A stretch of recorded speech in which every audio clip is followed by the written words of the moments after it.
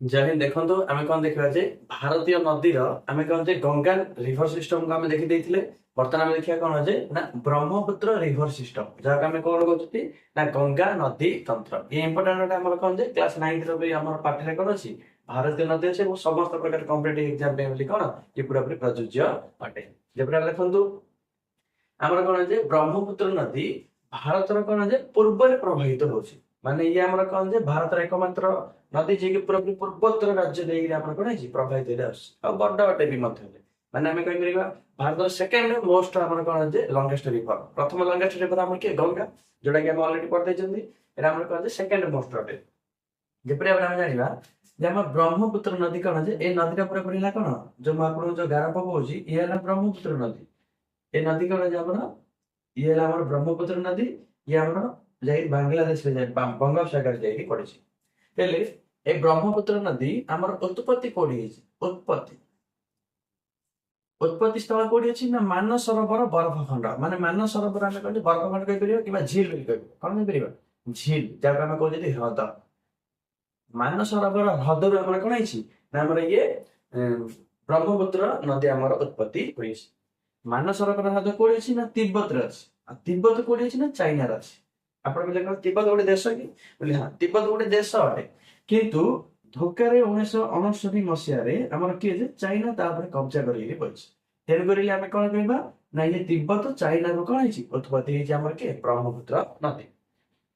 हेले जेते ब्रह्मपुत्र नदी तिब्बत रो जो उत्पत्ति हलानी कि ता ना ब्रह्मपुत्र ने सेठाकर स्थानीय लोक माने ताको कहले यांगसांग सांपो बेली ताको कोन कहउछन्ती। हेले ब्रह्मपुत्र नदी रो चाइना किबा हमर तिब्बत अंचल रे नाम कोन अटे ना यांगसांग सांपो बेली कहउछन्ती।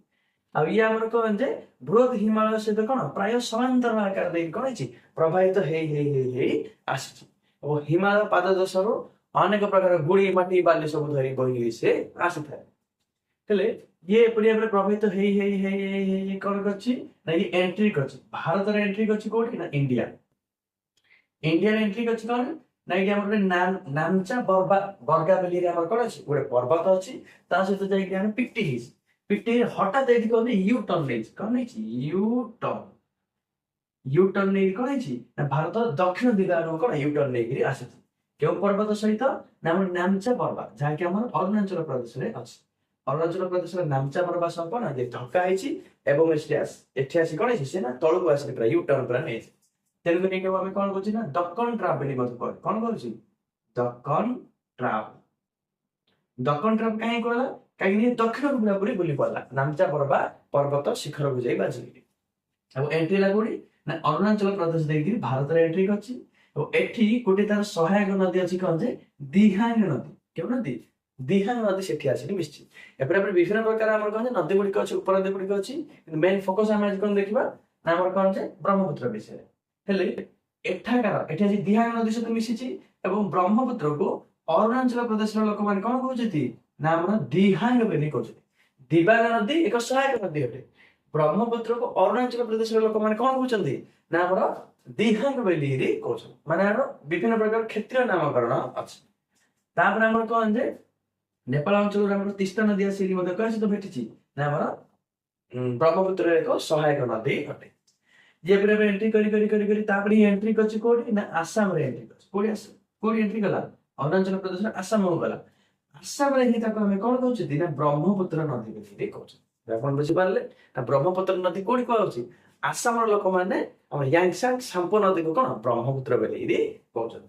हेले ये जते आसिला ब्रह्मपुत्र नदी आसाम रे कहला आसिला सीमा आपण कहिथिली नै हिमालय सहित कोन समांतर आकार जाईछि और विभिन्न प्रकार गुडी माटी बाली सब जगह धरिगिरी आसुछि ओ आसीगिरी आसाम रो कोन करछि ना ये आसी से गुडी माटी जाको कोन जे अपेक्षापण करी जाउछि अपेक्षापण माने कोन ना बाली गुडी माटी जाका आसी कोन जे पके उच्च स्थान गुडे कोन कर देछि गठन कर देछि जा फल रे ए ब्रह्मपुत्र नदी एकटु कोन उच्च स्थान रे पूरा समतल जगह हेला माने हिमालय आंथिया बाली गुडी माटी पके समतल जगह हेला तबे नदी कोन एपरे एपरे बुली गिरी एकानी बुली पलासी माने नदी रो मझी रे गुडे कोन हेछि बड्ड धरणर गोटे आने कोन जे बालुका स्तूप हेछि और नदी रो चतुर्पार्श्व देइली कोन पानी बहिगिरी जाउछि तेन करी हम जानचंती ना गोटिए जार चतुर्पार्श्व रे पानी थिबो मझी रे स्थल भाग थिबले ताको हम दीप बेली कहउछथि ମାନେ ଏଠି ଆମର ଗୋଟେ ସେ ଦ୍ୱୀପ ସୃଷ୍ଟି କରୁଛି ଯୋଉ ନାଁ ହେଲା କଣ ମାଞ୍ଜୁଲି ଦ୍ୱୀପ।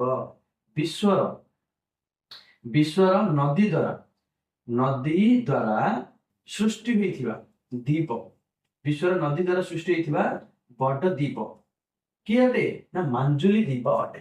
ଓ ଇଏ ଆମର କଣ ବ୍ରହ୍ମପୁତ୍ର ନଦୀ ଦ୍ୱାରା ଆମର ସୃଷ୍ଟି ହେଇଛି ଏବଂ ଆମର କଣ ନା ଆସାମରେ ଆମର ସୃଷ୍ଟି ହୋଇଛି। ଏପରି ଆମେ ଏଣ୍ଟ୍ରି କରି ସେ କଣ ହେଇଛି ନା ଡାଇରେକ୍ଟ ସେ ଏଣ୍ଟ୍ରି କରିଛି କଣ ବାଂଲାଦେଶରେ ଏଣ୍ଟ୍ରି କରିଛି। କୋଉଠି ଏଣ୍ଟ୍ରି କରିଛି ବାଂଲାଦେଶରେ ପ୍ରବେଶ କରିଛି ଓ ବାଂଲାଦେଶରେ ଏହି ବ୍ରହ୍ମପୁତ୍ର ନଦୀକୁ କଣ କୁହାଯାଏ ଯମୁନା ବୋଲି କୁହାଯାଏ। ଯମୁନା ଆମର ଯମୁନୋତ୍ରୀ ଗୋଷ୍ଠୀରୁ ବାହାରିଛି ଯୋଉଟା କି ଆମର ଭାରତରେ ପ୍ରବାହିତ ହଉଛି। କିନ୍ତୁ ବାଂଲାଦେଶରେ ବ୍ରହ୍ମପୁତ୍ର ନଦୀ କଣ କୁହାଯାଏ ଯମୁନା ନଦୀ ବୋଲି କୁହାଯାଏ। ଯମୁନା ନଦୀ ବୋଲି କୁହାଯାଏ। ଇଏ ଏଣ୍ଟ୍ରି କଲା ତାପରେ ଇଆଡେ ଆମର ଗୋଟେ ପ୍ରବାହିତ ହେଇ କଣ ଆସୁଛି ନା ଗଙ୍ଗା ନଦୀ ପ୍ରବାହିତ ହେଇ ଆସିକିରି ଆମର କଣ ବାଂଲାଦେଶରେ ଆମର ସେ ଏଣ୍ଟ୍ରି କରୁଛନ୍ତି। ବାଂଲାଦେଶରେ ସେଇ ଗଙ୍ଗା ନଦୀକୁ ହିଁ ଆମେ ପଦ୍ମା କହୁଛନ୍ତି।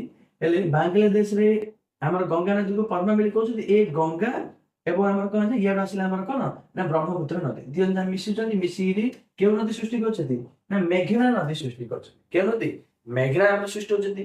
ମାନେ ଦି ଜଣ କଣ ଗଭୀରତା ଏବଂ ଜଳ ଧାରଣ କ୍ଷମତା ସମାନ ଅଟେ। ତେଣୁକରି ଏମାନଙ୍କୁ କଣ କଲା ନୂତନ ନଦୀର ନାମରେ ନେଲେ ଯାହାକୁ ଆମେ କହିଲେ କଣ ମେଘନା। ଆଉ ଏଇ ମେଘନା ହିଁ ଯାଇକି କୋଉଠି ପଡୁଛି ନା ବଙ୍ଗୋପସାଗରରେ ଯାଇକିରି ପଡୁଛି। ଏବଂ ଯେତେବେଳେ ପଡିଥାଏ ମାନେ ବିଭିନ୍ନ ପ୍ରକାର ଶାଖା ମାଧ୍ୟମରେ କଣ ନା ବ୍ରହ୍ମପୁତ୍ର ଯାଇକି ପଡିଥାନ୍ତି। ଆଉ ଏଠି ଆମର ଗୋଟେ ସେ ଗୋଟେ ବଡ ତ୍ରିକୋଣ ଭୂମି ସୃଷ୍ଟି କରିଛି। ଯେ ତ୍ରିକୋଣ ଭୂମିକି ଆମେ କଣ କହୁଛନ୍ତି ସୁନ୍ଦରବନ ତ୍ରିକୋଣ ଭୂମି ଯାହାକୁ ଆମେ କହୁଛନ୍ତି ସୁନ୍ଦରବନ ଡେଲ୍ଟା। ବିଶ୍ୱର ସବୁଠାରୁ ବଡ ନଦୀ ମାନଙ୍କ ଦ୍ୱାରା ସୃଷ୍ଟି ହେଲା ଡେଲ୍ଟା ହେଲା କଣ ସୁନ୍ଦରବନ ତ୍ରିକୋଣ ଭୂମି। ଏଠି ଆମର ଗୋଟେ ବାୟୋସ୍ଫିୟର ରିଜର୍ଭ ବି ମଧ୍ୟ ଅଛି। ଜାତୀୟ ଉଦ୍ୟାନ ବି ମଧ୍ୟ ହେଲେ ଅଛି।